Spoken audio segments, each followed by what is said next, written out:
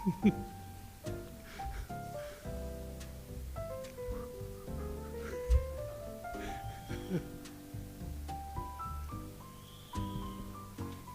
evening, everybody, and welcome to our poetry reading tonight at the Letting Library of Milwaukee.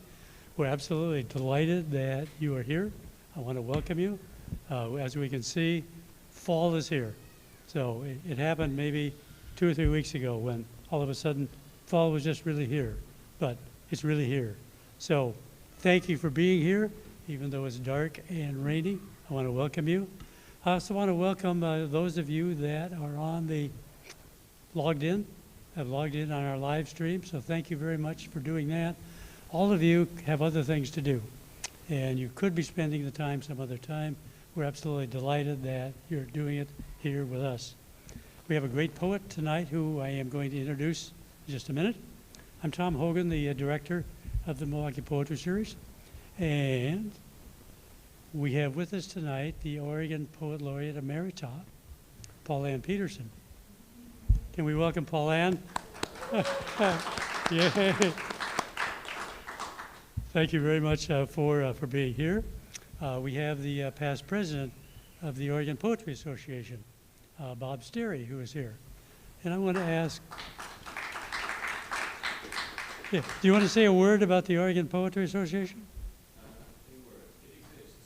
Yes. Do you want to go for a second word? Okay. And if you're not, see Bob about it. Yeah. So thank you. Thanks very much for that. I want to make some thanks because there's a lot of people to thank in putting on events like this. First is the city of Milwaukee. We are in our 18th season, and the city of Milwaukee has been supportive of us from the beginning. So we thank them. Secondly, we thank the Letting Library because we're now in the new Letting Library. Jen and I were talking about this a little bit earlier, and she's read here before, but in the Pond House. So we were in the Pond House for many years. The library got built. It's a new library. It's lovely. We thank the Letting Library and all the people who worked on making it come about so that we do have it. Thirdly, we want to thank the Milwaukie Poetry Series Committee. And because without a group working on this, you don't have an event. And I'm happy that one of our members just came in. So 2 of us are here, plus my lovely wife, Jane, and David Filer, wherever David is. So can we give the committee a hand? And thank you very much. Also, finally, Willamette Falls Media Center and Josh Reynolds, our tech person back here who is doing the live stream. So they are absolutely wonderful. Josh is a magician, and he makes this all go. And then after we get the recording, so as you know, it's going to be on the Letting Library YouTube channel. It'll be available. It should be available in about a week on demand. People can go in and take a look at it. So we are delighted about that. That'd be great to give Josh a hand. He did, yeah. He absolutely deserves it. A couple of things to remember. If you would please silence your telephonic devices, that would be great. I'll say the next reading coming up is Chris Anderson. So Chris Anderson is going to be here the second Wednesday of December, and that will be our December reading. We do have flyers back there on one of the tables. I think they're over here. So there are flyers of our readings. Please pick them up, and if you want to and can put them up somewhere, that's great, because that's what they're for, is to get the word out. We also have some refreshments, so please help yourself with that. And we have a broadside of one of Jen's poems.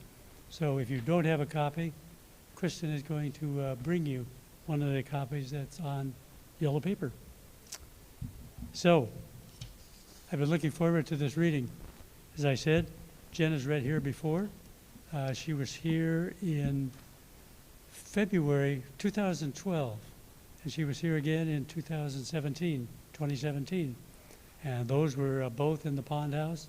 So now we want to welcome her back again. Her third collection of poetry is out, Dear Future.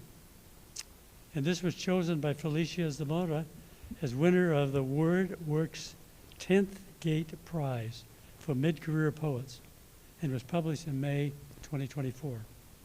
Natasha Trethaway chose her collection, Threshold, as a winner in the Crab Orchard series in poetry.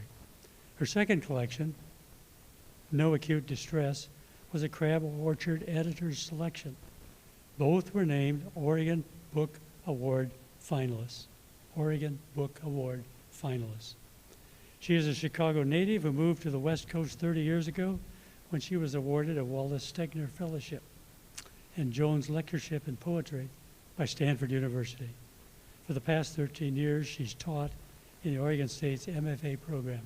We are delighted to welcome back and have her share her poetry with us tonight, Jennifer Richter. Thank you. Ooh.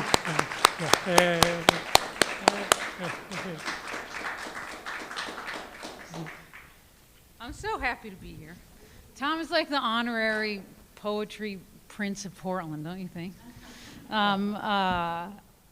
Yes, thank you for having me. I'm really grateful to you, Tom, and to the Milwaukie Poetry Series Committee, who, as Tom mentioned, have invited me to come and read from each of my books, which is sort of astonishing, and that kind of support, community support, feels so lucky, and I'm just so happy that you're all here. As you know, many of you know, it's such a fundamentally solitary thing, this writing life of sitting at your desk by yourself day after day, and part of, maybe my favorite part of having a book is that it brings me back out into the world with you and helps me connect with the people I love. So I'm really grateful that you're here, and I want to start. It's been a rough week. For about 8,000 reasons. And I thought I would start by reading a poem I didn't write but wish I did. It feels like what I've been saying to my students, to my family, is that it feels like a moment more important than ever to connect with our community, with those we love. This is a poem that reminds us of that. It was a poem that was published 2 days before the election, but I think you'll hear, it feels to me as resonant now, post-election, as it was then. You may have seen it. It was posted, it went kind of viral. It's a poem by Allison Luderman, who's a California poet. This is called Holding Vigil. My cousin asks if I can describe this moment, the heaviness of it, like sitting outside the operating room while someone you love is in surgery, and you're on those awful plastic chairs eating flaming Doritos from the vending machine, which is the only thing that seems appealing to you dinner-wise, waiting for the moment when the doctor will come out in her scrubs and face mask, which she'll pull down to tell you whether your beloved will live or not. That's how it feels as the hours tick by, and everyone I care about is texting me with the same cold lump of dread in their throat, asking if I'm okay, telling me how scared they are. I suppose in that way, this is a moment of unity. The fact that we're all waiting in the same hospital corridor for the same patient who's on life support, and we're asking each other, will he wake up? Will she be herself? And we're taking turns holding vigil, as families do, and bringing each other coffee from the cafeteria. And some of us think she's going to make it, while others are already planning what they'll wear to the funeral, which is also what happens at times like these. And I tell my cousin, I don't think I can describe this moment, heavier than plutonium. But on the other hand, in the grand scheme of things, I mean the whole sweep of human history, a soap bubble, because empires are always rising and falling, and whole civilizations die. They do. They get wiped out. This happens all the time. It's just a shock when it happens to your civilization, your country, when it's someone from your family on the respirator. And I don't ask her how she's sleeping or what she thinks about when she wakes at 3 in the morning, because she's got 2 daughters. And that's the thing. It's not just us older people. Forget about us. We had our day, and we burned right through it. Gasoline, fast food, cheap clothing. But right now, I'm talking about the babies, and not just the human ones, but also the turtles and owls and white tigers, the redwoods, the ozone layer, the icebergs, for the love of God. Every single blessed being on the face of this earth is holding its breath in this moment. And if you're asking, can I describe that, cousin? Then I've got to say no. No one could describe it. We all just have to live through it, holding each other's hands.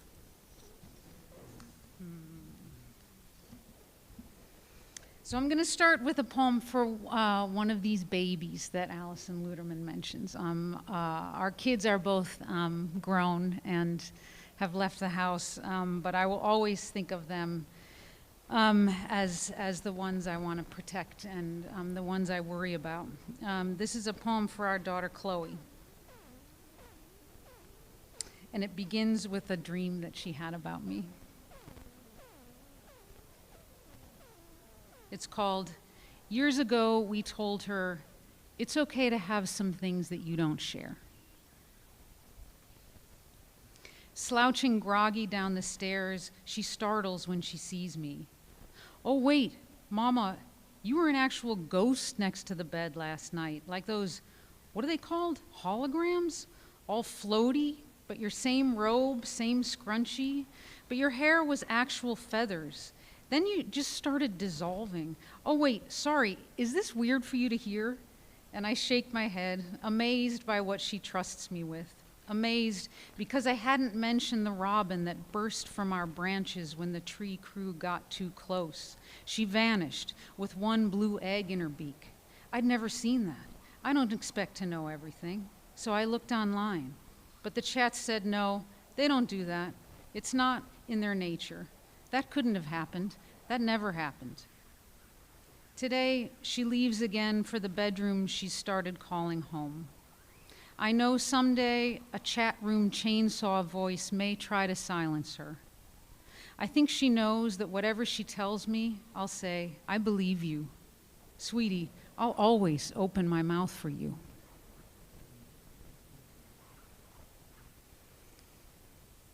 This is another poem about babies and safety and fierce love. It's called Shout Out to the Little Girl Bear Walking Through TSA Security. Holiday weekend line backed way up. Everyone shuffling, yawning, scrolling. Amazing. Not a single person huffs. Not one angles past the mother's repeated apologies or her daughter lumbering toward a teenager in a ripped hoodie stamped, I woke up like this, who's actually crouching down now, saying, hey there, little bear, as the girl rears up with tiny teeth bared and giggling till we're all waving at this surprise solo parade that's headed for the scanner, like my friend who knows very well those private rooms you're hurried to when they find something suspicious. Yesterday, they opened her and kept both of her breasts. She texts, I've tried being fierce, but who do I think I am? Now, the checkpoint agent is asking the snout to the ground girl's name. Suddenly, she jumps up, fists raised and roaring, hey, it's me? See, I'm still me. Amazing how everyone stops texting. I'm on my way. Everyone's nodding. Oh, girl, I've loved you from way back. I talk to my students about I ask them to think about the first poem in a collection as a kind of portal or a doorway, an invitation to a poet's obsessions, voice, concerns. And this wasn't completely clear to me when I was writing this poem, but as I compiled the book, it became very clear that this needed to be the first poem of the collection, and it was introducing to you 3 of the book's obsessions, which are kids, catastrophes, and cats. And this one's called, and it's titled after a viral Twitter thread. It's called Trending. Seismologist explains how to make an earthquake early warning system with cats. Lately, I have more cats in my cloud than kids. In real life, 2 kids, no cats. But now, no kids at home, so cats are how we stay in touch. If their phones ring, they huff, "Mom, why are you calling?" But when I text my son a tabby in a taco bow tie, he texts right back, "Baby, a chonky ginger." And I know he's okay. That's a thumbs up for today. Since the kids left, I've been using cats to predict disaster. As the seismologist says, it's tricky. You'd think cats parkouring through kitchens, crashing, trashing everything would mean it's all falling apart. You'd think a cat reeling with cheese stuck to its face might be a cry for help. But when he sends those, I know my son's actually laughing. That day, my daughter had a fever and a French final. I texted, "You're the best," with a mustached munchkin. She sent back a show-posed golden Persian someone had captioned, "Yo, for real, this cat looks like the grandfather of a croissant. How is it only 16th best?" Ha, I thought, okay, she's okay. When they don't respond, I'm suddenly back in a too quiet house with toddlers. I worry if one sends the same meme 2 days in a row. What's so distracting? I worry getting bursts of Norwegian forest cats in the snow from my son. It's tricky. You'd think all those dreamy scenes might mean he'd found a little peace this week, but the last winter he lived at home, it vanished. The neighbor's cat with ears like that slept only on our deck, only ever let my son get close, then one day left, no warning, just didn't come back. That winter, my friend left too. You never know, seismologists agree. Meanwhile, we chase hints of what and when like red laser dots we won't ever pin down. A guy online actually analyzed 1,000 cookie fortunes, found very few use predictive language. Mostly, they offer random observations about you, like my daughter, when I visit her, "Wow, Mom," at my outfit means either the heart-eyed cat emoji or the crying one. Now, my son texts kittens spilled from a takeout box, rice like snow on their noses. My friend's hands on my body used to shake with jolts that rose, he said, from deep beneath his feet. "Okay, you'll be okay," he said. "Anyone can heal anyone." Then pointed to a shadowed corner, sighing, "Oh, look at all their wings." So I squinted like I do at my phone now, at one of the sticky, snarling kittens chewing a fortune. "You are surrounded by angels," it says. "Wow, Mom," they'd say, if my kids saw me always staring at my dark screen like that corner. "Look," I'd say, "I'm okay. Every day, you light it up."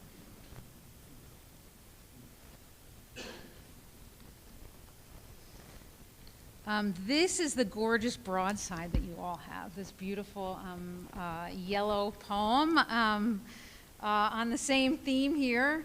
This poem is called #MomLife, #mood, #meow. And before I started sending out the manuscript, I shared it with our kids, Luke and Chloe, and gave them veto power over any or all of it. And Luke's reaction was he circled this particular title in the table of contents and texted me saying, "I'm already hooked." #MomLife, #mood, #meow. I worry about my kids finding their people. I've spent hours scrolling through profiles of adoptable cats that answer in first person the shelter's second date hot seat questions. How would you describe yourself? Are you comfortable being alone? How do you feel about kids? I hear my own so clearly. Hi, I'm charmingly chatty, the life of the party, but also a couch cuddler, a super loyal love bug. Hi, I'm perfectly happy on laps and laptops. Mr. Handsome, a real softie. Once I've adjusted, I'll be your trusty sidekick on the road of life. Some cats say, I'm excited to put the past in my rearview mirror. Not sure how my kids would answer, what was your previous home like, and because of that, what do you need now? If I'm their very first home, what does that mean they'll need from their forever people? So many out there waiting, so many bonded pairs. When you realize it's time to put your cats in the care of others, to rehome them, the shelter calls it surrendering.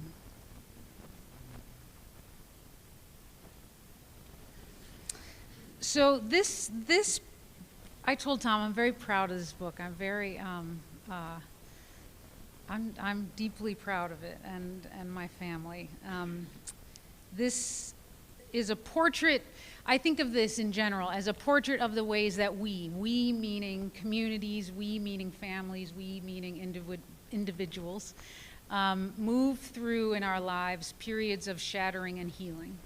Part of the hope that I feel in the book is that often that is a cyclical pattern, that we move through things and then something else comes up and we move through it. And I'm hanging on to that vision here on post-election week.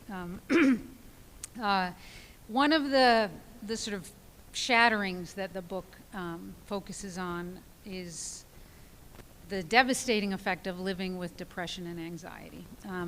It's a struggle that so many of our students come to my office to talk to me about. It's a struggle that I have felt in my own body, and it's a very recent struggle for our son. And this poem is for him. This is called Everywhere We Go, People Want to Know. Everywhere we go, people want to know how he's doing. And because we don't have a new answer or 2-second true answer we can bear to admit, we mostly don't go anywhere. Mostly, we've been watching the cedar show all week across the street. 3 huge trees dangling orange men, total chainsaw circus. We used to picnic by any construction site we could find. Crackers, juice boxes, his stuffed animals propped up, facing the scrape, roar, dump, and lurch of dust. Today, a kindergarten class comes to watch. I hear them first chanting over the machinery's racket. We are the geckos, we are the geckos, mighty, mighty geckos, mighty, mighty geckos. He used to love that picture book, Gecko Hero licking dust off its own eyeball. I love their tiny voices shouting mighty, shouting, you can talk yourself into being brave. Just use your words, your outside voice. I've started hearing everything as a message. In the lopped-off trunks, the neighbor's treehouse is a little ark, snagged and dry above the waterline. In bed each night, we clutch each other, steady ourselves on the rocking deck. Below us, our sleepless sun thrashes like an animal. We didn't dream we'd be at sea this long, didn't dream he might always struggle to stay above the dark waves, my heart sinking, my heart racing. I'll always be listening like prey for sounds of what's coming, a warning, a voice. Noah was given years to prepare and exact plans. This number of cubits equals your family will all be fine. But all this morning's headlines offer me is a rule of thumb. If you see a tsunami, it's too late to outrun it. The new siren drills in our town a comfort. Let's practice not panicking. Let's keep looking for signs. The new ones at low points on the coast are blue cartoons, an open-mouthed huge wave and stick figure scrambling away. We used to chant good job at everything he did without our help. First, he learned to cry himself to sleep. We used to follow what the book said. Turns out that works. He's still really good at it. And we're still standing outside his door, listening, silently crying. Some books call his pain a journey he has to take alone. But the chirping geckos, hand in hand on the sidewalk, are counting off by 2s. Noah did what the voice said. Good job, it said. To save them, pair them up.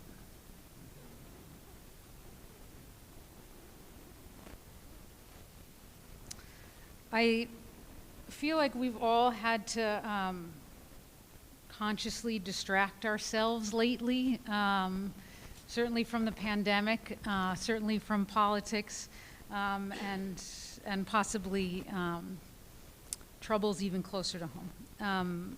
For a while, one of my strategies was watching a live stream of brown bears in Alaska. I recommend it if you haven't watched it.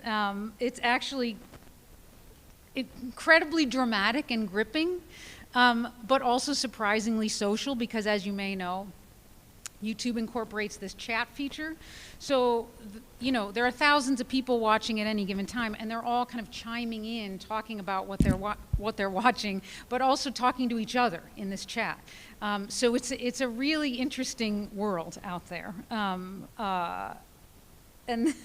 I wrote this poem after spending some time with those bears. It's called Imagine That. I need this plus I'm good at getting this equals I got this. So many people I love don't know what to do. Me neither. So I watched live coverage of a bear catching salmon in Alaska. 2.1K watching too, also commenting. So I know his name is Otis, and this is his spot, his office, someone calls it. Otis scans the surface churn and waits. Surely he's starving. That's 4 in 10 minutes. But he doesn't panic. Go, bear, go, someone says, as Otis pounces in slow-mo. Like a boss, another says. Snorkel, snorkel, snorkel, when Otis sinks his snout, then nom, nom, nom to his sparkly, squirming mouthful. A new viewer says, once in a play, my son was called Juicy Salmon No. 2. And the chat erupts with laugh-crying emojis.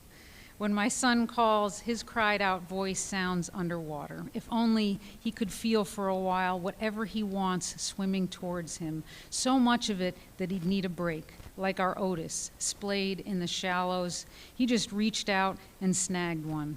Hi, everybody, someone says. It's so nice knowing people are around. Suddenly, the chat stops scrolling, not sure which yellow face to click. We made a deal. My son can answer me with a single emoji. My question is always, are you still around? He didn't mean to die. My friend's husband left their TV on, like this rushing white water, like late night static also gone, like the sound that quit helping me sleep. It's a struggle just to keep going. I know so many, like my son, feel caught in the jaws of something larger.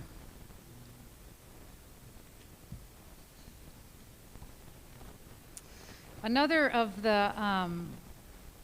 kind of cycles of shattering of the book is the COVID pandemic. I was writing this book at that time, and this poem came out of that time. I don't mean to make light of the pandemic at all, but I was interested in finding some humor in the absurdity that we came to live with as normal. This is called Quarantine Telehealth Well Woman Profile. No, I'm not planning any more pregnancies, since in dog years I'm 8. In cats, I'm what they call mature and also mostly indoor. So no, I'm not concerned about seasonal allergies or my alcohol consumption. Yes, I use caffeine, though in French, somehow I'm still très fatiguée. No, I haven't left the country recently. In airplanes, I'm most like a malfunctioning pressure release valve. Yes, I do take deep breaths, vitamins, and my frustrations out on others. On the scale of Band-Aid to 911, I'm a 3-star fridge review. Kind of frosty, but fine, could be quieter. Now, if we're talking perishables, I'd say I'm shrink-wrapped meat. I'm getting old. I'm on the edge of going bad. Wait, what even is today's date?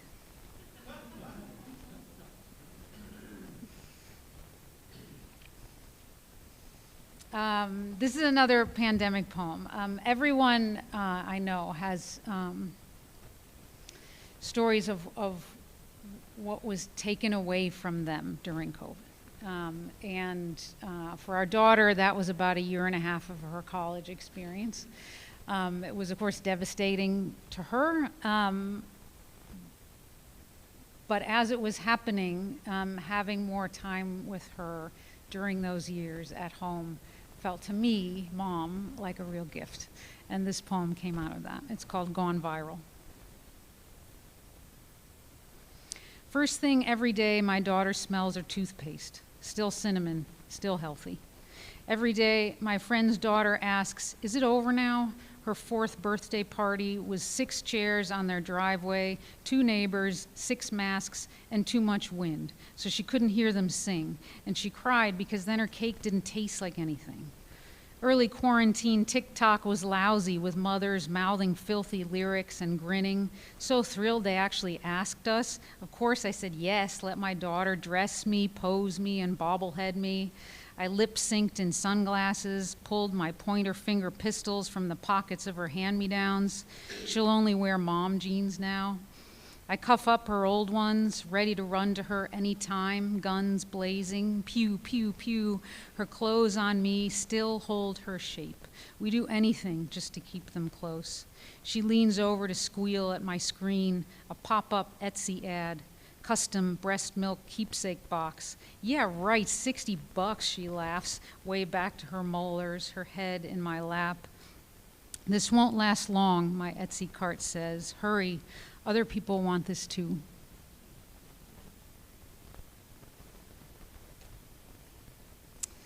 This next poem I wrote after reading, and I mean, it's been in the news, so you may have heard this too. A Vermeer painting, have you read about this, that they recently restored? The painting is called Girl Reading a Letter at an Open Window. And there's a girl at an open window reading, and behind her is this big blank wall like this. And the conservator found, in the process of restoring it, hidden under a layer of paint, a huge giant figure of Cupid, the god of love. Whereas we had thought for all this time it was a blank wall behind her. And I was very interested in that, and where Cupid might be lurking where we don't always know. This is a poem that it's about the early mistakes that I made in relationships and realizing that my daughter would have to learn those lessons herself. This is called Under the Surface. I want to be remembered most for making our daughter and son. They're masterpieces we've been admiring in our home for years. The diffused glow of their curls, their cheeks radiant as Vermeer's girl reading a window-lit letter, like ours on her illuminated screen. Same indecipherable expression, both girls scanning for words they want from anyone not their mom, hovering right there. Cupid's got her back. The winged god staring at me, bow in hand, mask underfoot, a giant, defiant toddler standing on his toys, refusing to give up on me years ago when I loved a boy for sharing his sailboat, his cars, his family's estate, where his groomed poodle healed as he led me down hushed and dustless hallways. Pausing at every painting, she tilted her head to his docent tone. It's true, there was so much I wasn't seeing. Cupid, it's been ages. I'm so glad you're back. My daughter's weeping again. She's me before you aimed me away from a still life as Vermeer's foregrounded fruit, upset like that forever. My God, you know how tough this is to watch. I recognize you're my cue to back out of the picture. I know you know how wrong that feels.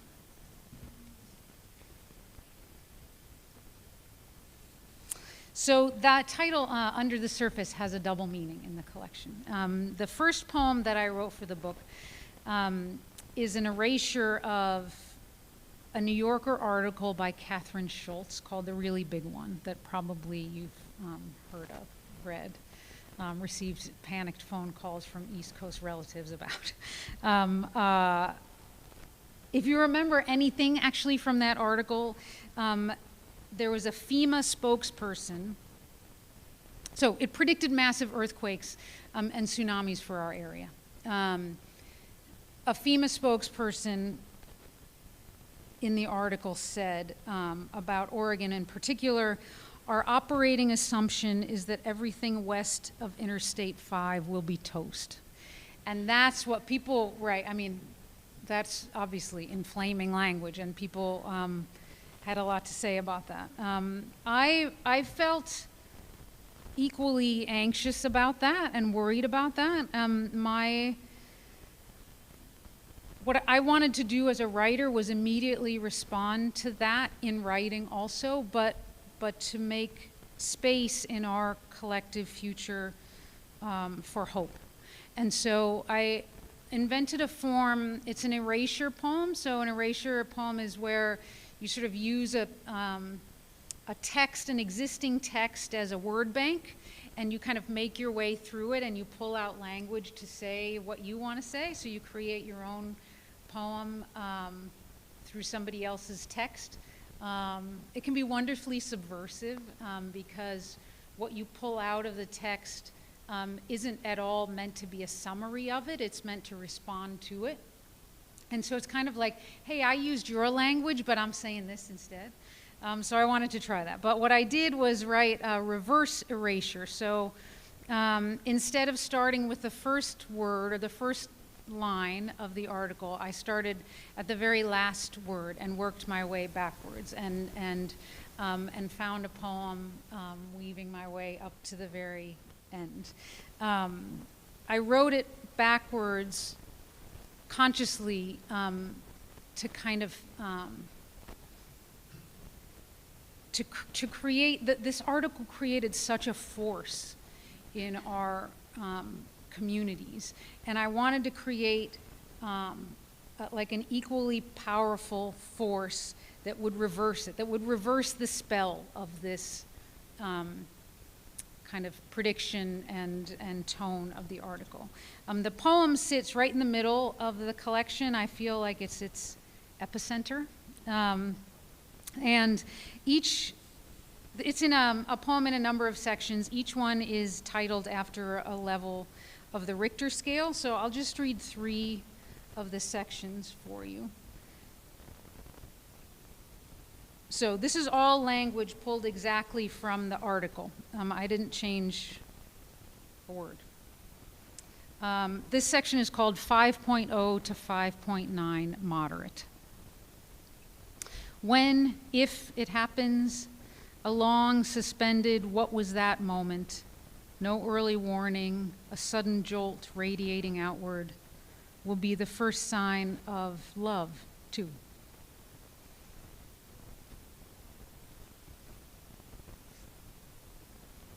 (7.0 to 7.9 major). To a place in a long period of quiet, the Pacific Northwest, remarkably benign and temperate for millennia. This is a toast to the northwest edge of the continent, from California to Canada.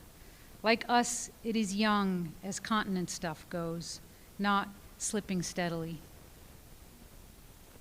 That was fun, figuring out how to put the word toast in there, right? Like let's toast rather than that area will be toast. That felt really powerful. This is the last section, 10.0 plus, epic, never been recorded. In the end, what was coming was pretty cool. A real-time revolution proving the planet was, applause, stronger than seismologists had believed.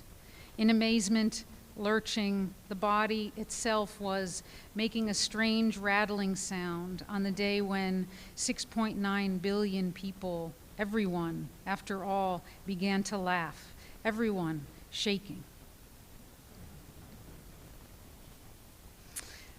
So I grew up in Chicago.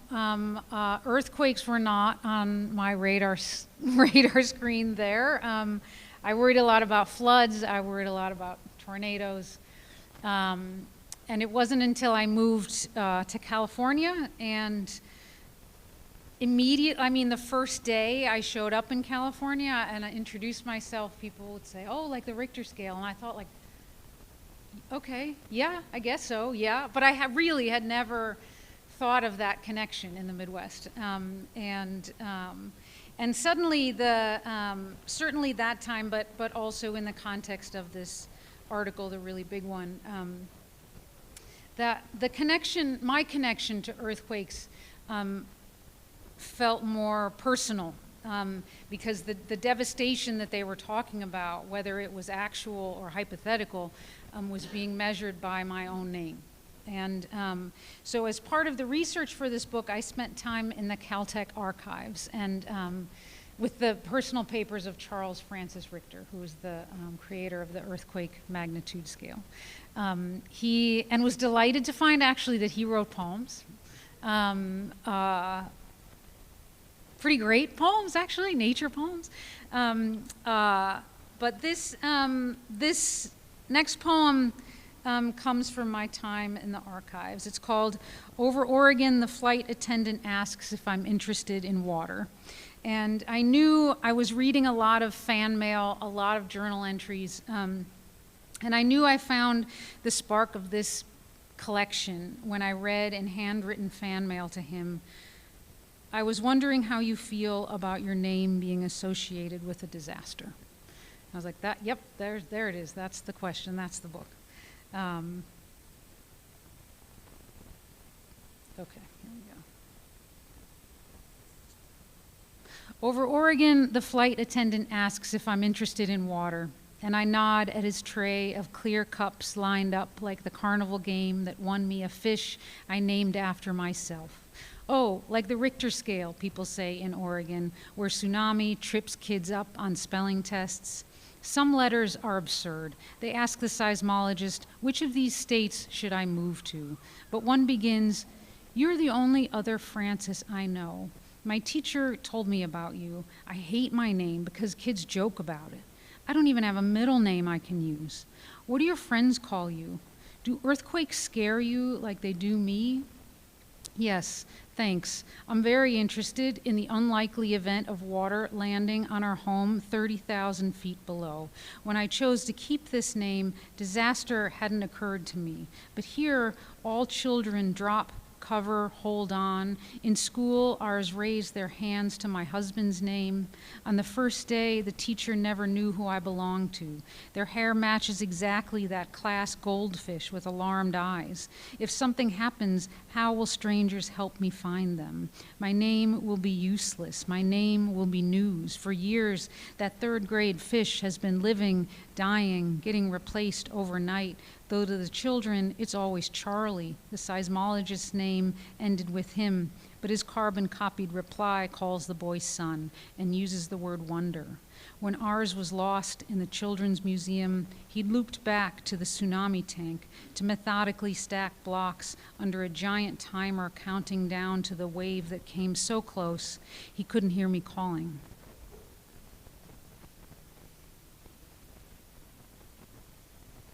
One of the wonderful surprises about writing this book was that the language and terminology and imagery of seismology helped me say lots of things that I wouldn't have known how to say otherwise.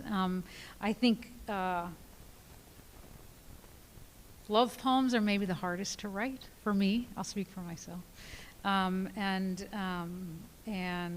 seismology helped me with this one. This one's for my husband, Keith. It's called Love Poem Grounded in the Seismic Communication of Elephants. So, who do we know that's happily married? You ask in bed tonight after two more dear friends split. We're quiet a while, lie baffled by the largest silence of our lives. No more desk chairs rumbling upstairs. No phones thunked to the hardwood at 2 a.m., slipped from our sleeping children's hands. Empty nest, week 1, I needed noise. At the fair, I bought clay elephants. Artist, age 8. Sold only as a pair. Just like ours, I thought. The smaller one who doesn't miss a thing, its ears like 2 full sails. The other's head tipped and listening, its trunk curled into a question. Our son around that age said, elephants can sense what's coming. Asked if we knew. His best friend's dad had just moved out and left their house a wreck. What's coming is sometimes a tsunami, sometimes the beloved mate's vibration. Nights now when we touch and shudder, We let our echoes stampede every room. This gray clay couple grown to look alike. Of course they're not the kids. Same flat feet as ours, same wrinkly skin, all ears, except our future comes as a constant surprise. Who knew? The elephants' bones conduct the music when they listen.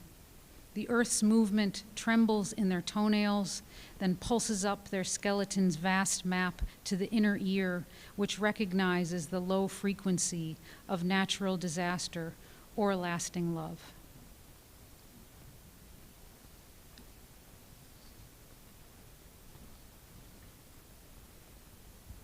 Okay, and I'll end this little portion with one more poem. This, fueling this whole book is the belief that love, in the face of small and large-scale disasters, is perhaps the one equal but opposite force we can call upon to settle us and save us.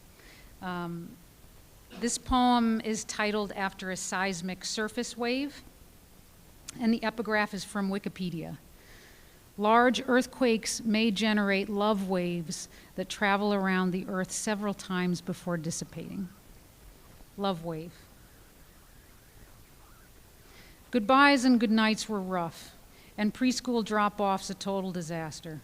So we tried a surprise, his own camera, to aim at me every time I drove away. He'd click the red button, then press his slick cheek to the window and wave.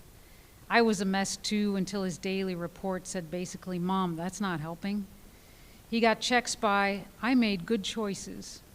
He made their meltdown list just once, left his camera at home, and after that, each bedtime, he'd cinch it to his wrist. I demonstrated problem-solving skills, said his form called, "Hooray, it's today." Every night he'd ask, "Is tomorrow the weekend yet?" He'd ask for time travel stories, just future ones. He just needed help picturing where we were going. He'd always ask, "Mom, when you end it, can you end it happy, all of us okay? And can you also please make it true?"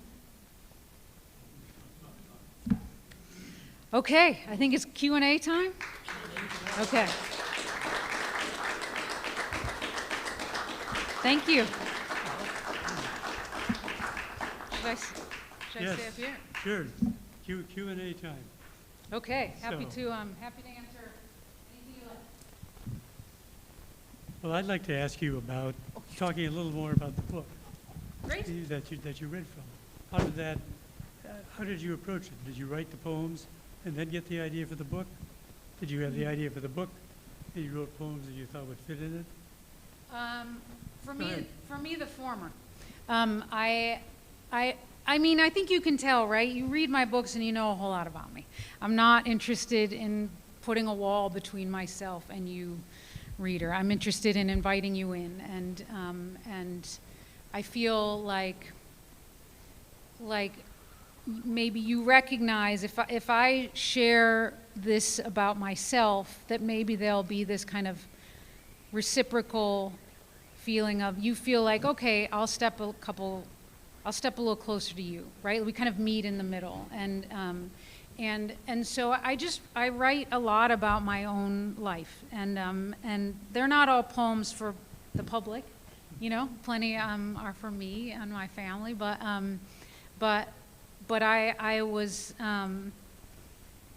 writing poems about my life, and then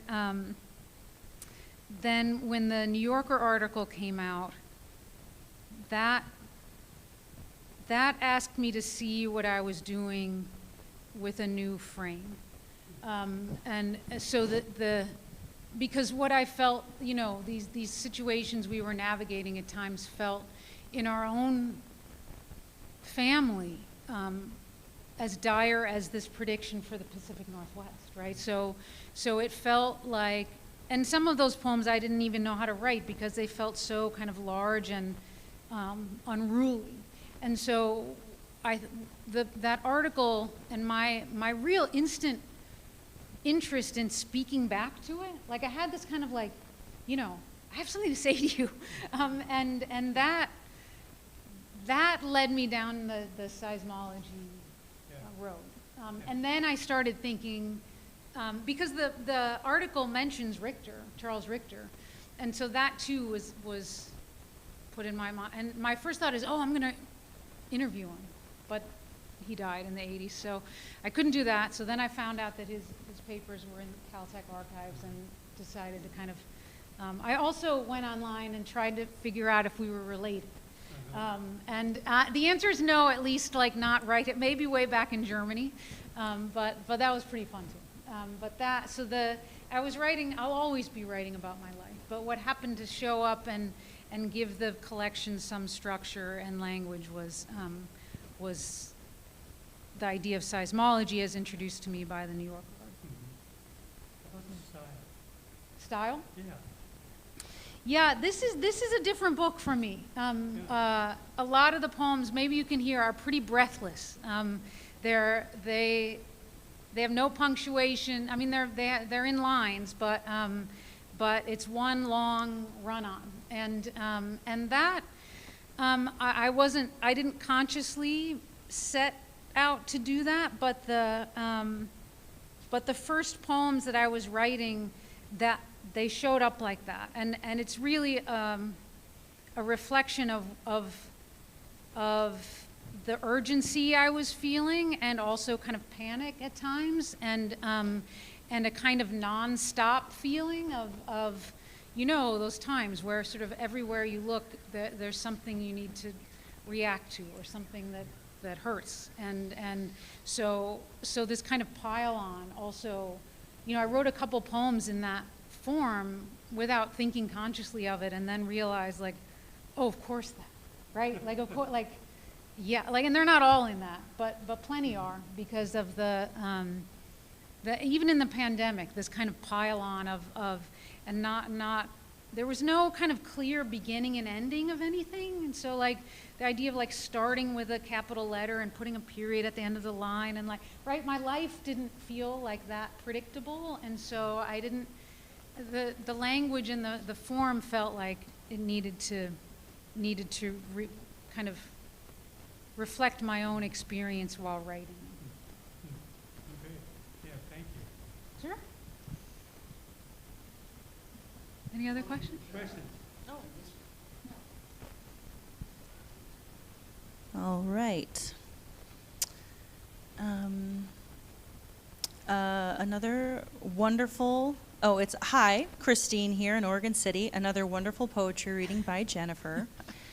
Did you find anything surprising in your research of Earthquake Richter?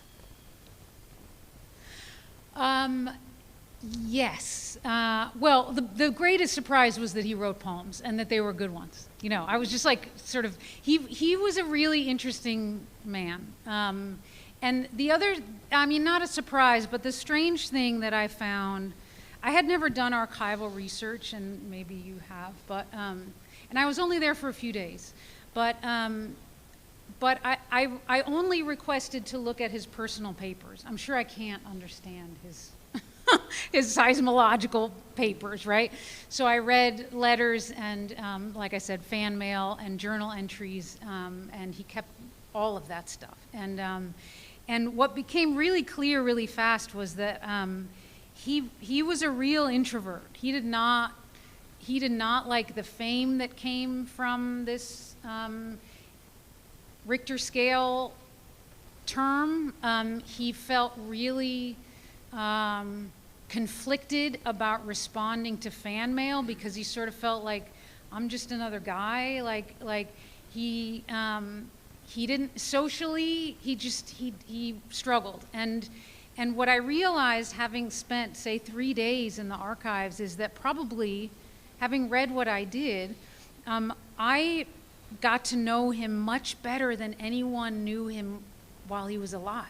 Right? That was really strange to think that he kept to himself, and he was married, but didn't have children of his own, and was estranged from family, and that felt really strange, and also like a real responsibility for me. Like I needed to do right by him, right? So like what I was writing, I didn't want to like just use what he was doing. I wanted to create something that, if he'd been around, he'd be proud to be in, you know, that my work needed to sort of rise to the level of this genius, you know, whether or not he thought himself that. So that added a really interesting. I didn't know what to expect when I showed up at the archives, but it was really fun playing with his. There's a cento in the book, which is a poem where I pull lines from his poems. I don't write any of my own. I just weave lines of his own to make a new poem, and that was really fun. That felt like a kind of homage, like a way I could respect his work and not say anything of mine, but just use his language and put it in the book. So, yeah, thanks, Christine.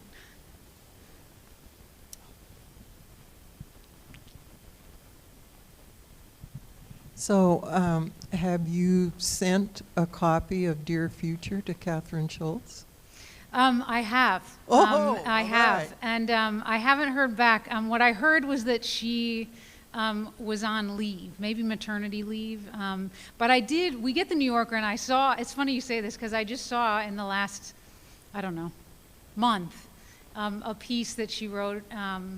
It was a kind of book roundup, and so it wasn't just her, but I thought, oh, she's back. Oh, she's so back. I don't know if she's read it, but I did send it to her. And, Well, if you hear from her, will you let us know yes, via yes, yeah. Facebook or whatever? Yeah, I'd I love will. to I know. will. Okay. And that too. I mean, I hope that like it's all in the spirit of like I feel like maybe she'd think that's pretty great. You know what I mean? Like that let's have this conversation, right? Yeah, Of yeah. like, you know, she's in the business of reporting fact and Right. and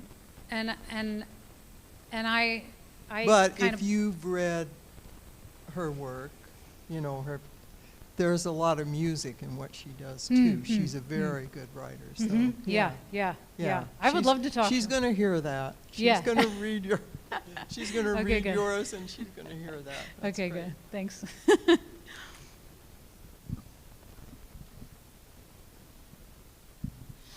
Hi, Jennifer. Hi, You Andy. know I'm a fan of yours. I wanted to ask you, since you weren't using punctuation, kind of reminds me of W.S. Merwin, who avoided punctuations. But I want to ask you about your line breaks and your enjambments. Are they contrived, or are you intentionally breaking those particular lines at that point? Because without punctuation, it's just fascinating that you're able to read it the way that you have so eloquently without that. Yeah, thanks. And you know, the reason I got to meet you in the first place is because the last time I read here, you gave me such a wonderful introduction, and I'm grateful for that. The line breaks, the line breaks have a fair amount to do, not that you would know this, but they have a fair amount to do with my own voice. I'm reading them aloud as I'm writing them. And I'm thinking about, I talk to my students about how a line of poetry is the work of the ear and the eye and the breath. And so breath-wise, I'm thinking about how much of my own breath I feel like I can fit in a line, but then also I don't. So, for example, I can't like there's no way I can write these kind of Whitman-esque lines because I'd run out of breath by the end of it, right? And so, yeah, they're short-ish lines because I am reading them as I go, and it's this kind of pile-on of mouthful after mouthful. So in my mind, it feels like the length of a line is like one mouthful of mine, and like I'm feeding you a little bit at a time, right? And I know this is a lot, so I'm not going to put a ton in a line. I'm going to feed you about as much as I can say each line, but with the idea that there is that then accumulation of image and language and breath as I go.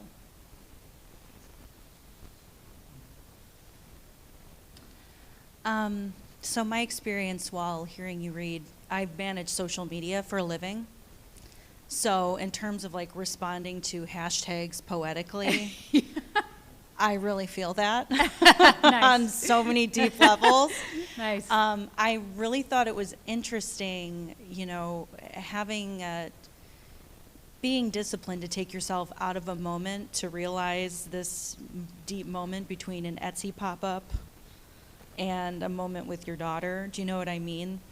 I feel like there's a lot of ways you could dismiss that and saying like it's not, why would you mention the Etsy pop-up? You know what I mean? But there's actually full meaning in fitting your life while all those things are happening.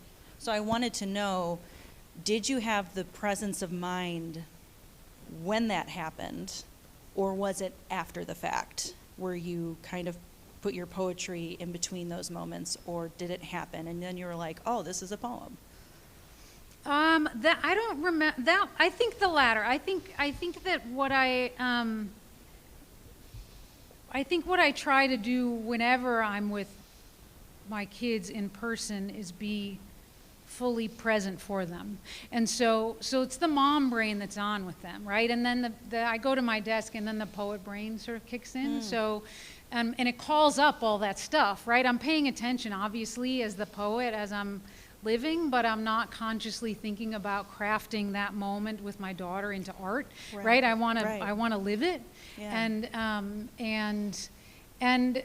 And that also was a wonderful surprise to me. I mean, I didn't set out to write a book full of memes and hashtags and things, but it's how I connect with my kids, right? And it's like, what could be more authentic than telling you the goofy memes we send each other, right? Yeah. And that like that's meaningful to them, right? That I am interested in engaging in them in that way, and yeah. like I'll do the research to know like what that meme means, right? Like if I don't know, and they recognize that, right? They love that, and yeah. that feels really lucky that relationship that we built, really starting. I mean, I know there's a lot of problematic reasons for kids not to have phones, and they should have certain times when they're not on them, blah blah blah. But from the time our kids started having phones, we started this interesting separate conversation in emojis and in memes and in things that were like, it's only fun. It's like so low stakes, right?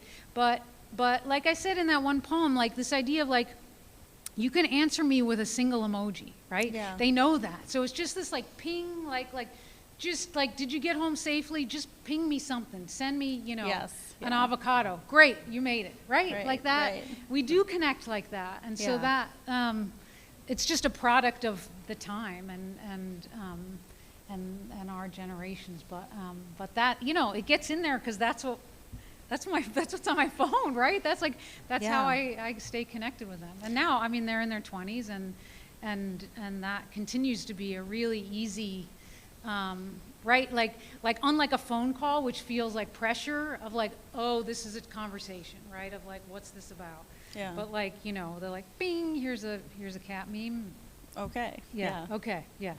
Well, one of the phrases that just came to mind, and this is just, I was thinking connective tissue. Yeah. While you were writing or while you were reading, just kind of like you're building between these moments, connective tissue. So, yeah, I like that. Yeah. Thank you. For sure. And the connective tissue, like physiologically holds us up, right? I mean, it's like, it's not just like, oh, there's these kind of things, and it's like a network that like makes our body exist, stand up, right? And that, that they,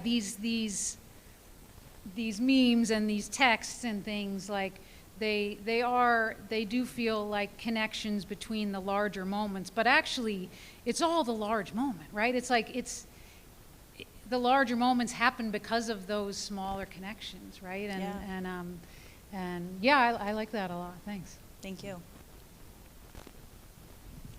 Who do you like, and who would you say influenced you? Good question. That's a big question. Who do I like? Oh, you know who I'm reading now? Do you know who I get to have a conversation with next week? Who are you reading? I get to have a conversation with Margaret Atwood next week. Really? Yeah, she's going to be, and you can join us. She's going to be at OSU. She's part of the Provost Lecture Series, and they're live streaming it next Tuesday night. So I've been reading a lot of Margaret Atwood. She has a brand new book of poems out, actually, new and selected.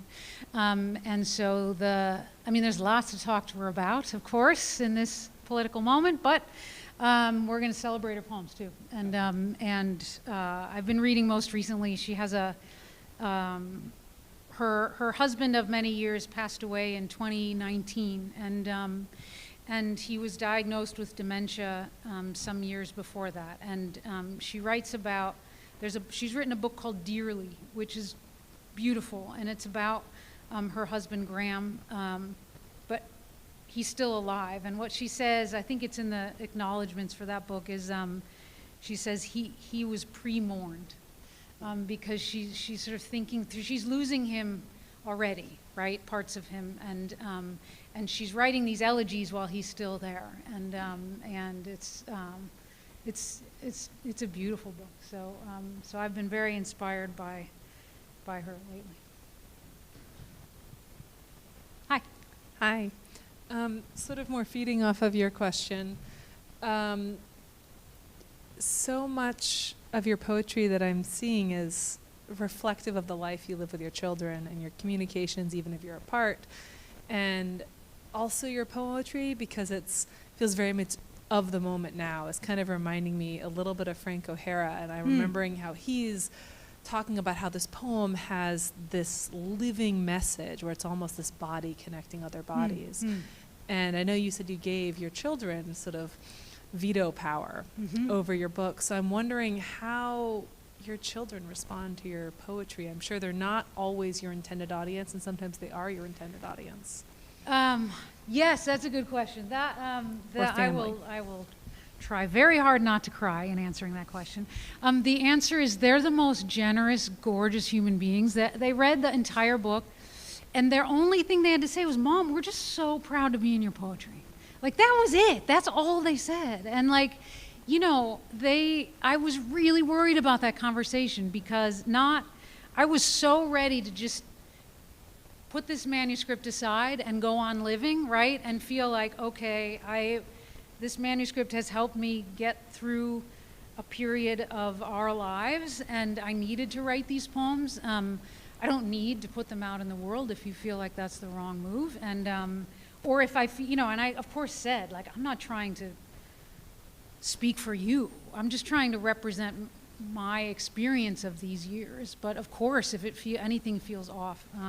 And the teacher that I worked most closely with in grad school is Bruce Weigel, and he's still a very close friend. And his son was 11 when I was in grad school, and that made a big impression on me, because every poem that his son Andrew was in, he'd run it by him before he sent it out, and you know, and I was young, and I thought, oh, that, I really remembered that, and the reason I was worried about the conversation was not about the book, but just that if they had felt like, you know, that I had wrecked something, that I had betrayed them, that this would rupture something, and in fact, amazingly, it brought us closer together. You know, they're just so huge-hearted, and it's hard to be a family member of a writer, right? It's a weird thing, and if you're not a writer, right? Like what that is, like you see yourself depicted on the page.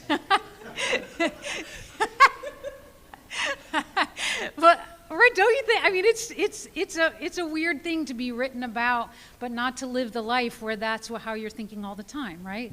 And so that kind of it just represented such I think a lovely trust and generosity, and I'm just so grateful for that. So Jen's going to end this little poem. I am. I'm gonna read you the very last poem in the book. This is the title poem. Great choice. Okay, good. Thanks.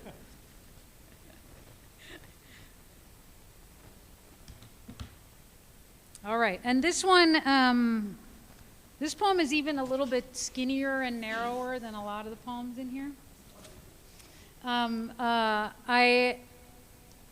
And it's shaped like that because the title of the poem is Message in a Bottle, Dear Future.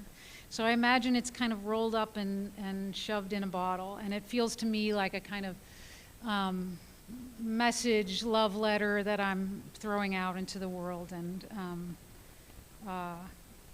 seeing what comes back. It's called Message in a Bottle, Dear Future. Stunned to still be here after emergency brain surgery, my friend kept weeping, kept palming her chest to feel the rise of her actual breath. Oh, future, maybe by now your earth is fissured as a cortex. Maybe your west coast has become a sedated brain wiped clean by waves. Oh, dear future, if like my friend you wake in a shaken state, may you recover like her, surrounded by beloveds repeating the word fine and experts nodding at the word stable. May it be still too soon to say what's been irretrievably lost. May your memories resurface like hers, just the sunny ones floating back so far. Dear future, how are you? I seriously think about you all the time. Thank you.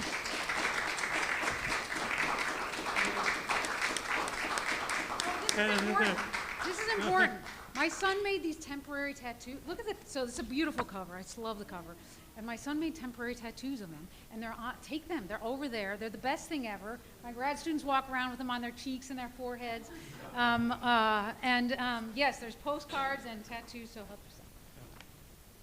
So, books over here, some refreshments. If you want to take some with you, please do that. That's what they're for. Thank you all for being here. Thank you for logging in. Another hand for Jen.